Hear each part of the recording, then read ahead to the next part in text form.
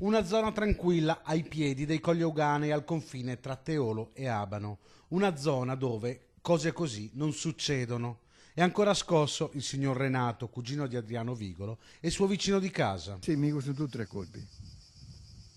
E 3 colpi dopo, in intervallo da poco tempo, ne ho sentito di altri colpi. Erano 2 o 3, non mi ricordo.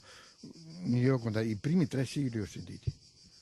Era là sull'orto e sentivo, mi pensavo che fossero i petardi, magari i ragazzi che gioca, tutto è. E invece a questo punto, dopo è 7:30 della sera, e a questo punto, niente, dopo poco si arriva l'autobulanza, si arriva i carabinieri, e mi non sapevo, questo qua è mio cugino. Via. Tutto è.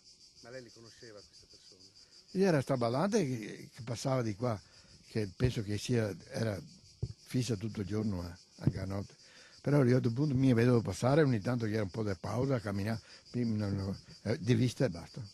E beh, non veniva mai qua. Non viveva qua lui?